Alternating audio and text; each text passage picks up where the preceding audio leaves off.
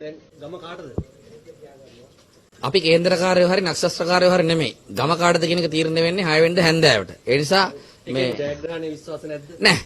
අපි අනිවාර්යයෙන්ම එහෙම කියන්නේ නැහැනේ. අපි මහන්සි වෙලා තමයි මේ වැඩේ කරගෙන යන්නේ. ඒ නිසා පෞගිය මාස 7 මේ රටේ ජනතාවට චේතනාන්විතවම කරපු ප්‍රෝඩාවට බොරුවට රැවටීමට එරෙහිව මේ එන ඡන්දයක් මේක. දැන් බලන්නකෝ ඒ කාලේ වගේ දැන් ජනාධිපතිවරණ මහමැතිවරණ කාලේ වගේ ඩෙනිම් දාපු ටී-ෂර්ට් දාපු කොල්ල කෙල්ලෝ කැන්වසින් යන්නේ නැහැ JVP එකට. හරිද? ඒ වගේම මේ පාර මාලිමාවට කියලා ගහගත්තු 3 wheel නැහැ. හරිද? හෙදියෝ යුනිෆෝම් එක පිටින් ආපු රැස්වීම් නැහැ.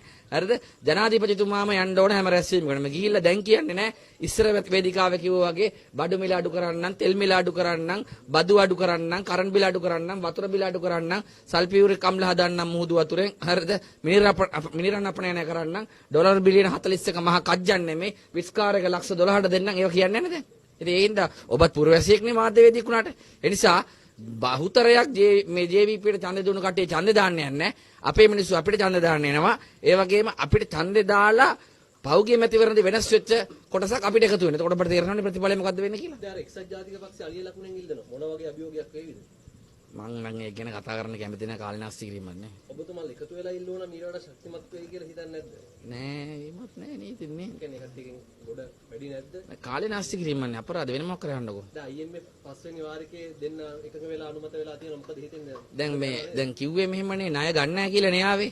මේ අවුරුද්දේ අයවැය පරතරය පියවන්න රුපියල් බිලියන 2200ක් ණය ගන්න වෙලා තියෙනවා. අපේක්ෂිත ආදායම ආවේ නැත්නම් තව වැඩිපුර ණය ගන්න වෙනවා. ඉතින් ඒ නිසා කිව්වා වගේ නෙමෙයිනේ දැන් මේ හැසිරෙන්නේ. මොකද මේගොල්ලෝ ගාව තියෙනවා පැයේ පච, දවසේ පච, මේ සතියේ පච, මාසේ පච, අවුරුද්දේ පච, සදාකාලික පච, තොම් පච. හරිද?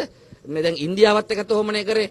හරිද? ඉන්දියාවත් එක්කත් මේ තෙල් ටැංකි ටික ජාතික සම්පත් විකුණනකෝ අන්න හොරාට අස්සම් කරලා. ඊළඟට වෙළඳ කිවිසුම ඉන්දියාවේ කොලොනියක් බවට පත් කරනකෝ අන්න අස්සම් කරලා. දැන් ඒ වගේම තමයි දැන් IMF එකේ කිවිසුම වෙනස් කරනකෝනේ.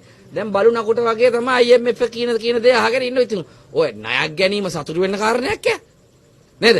හම්බ කරලා ආදායම් වැඩි කරන පුරාජේරුවෙන් ඉන්න පුළුවන්. ණය අරගෙන මේ සතුටු වෙන්න කාරණයද? තව ණය බර වැඩි කරන එක නෙවෙන්නේ.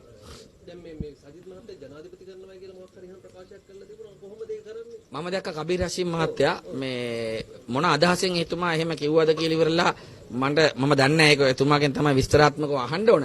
හැබැයි මට එක දෙයක් කියන්න පුළුවන්.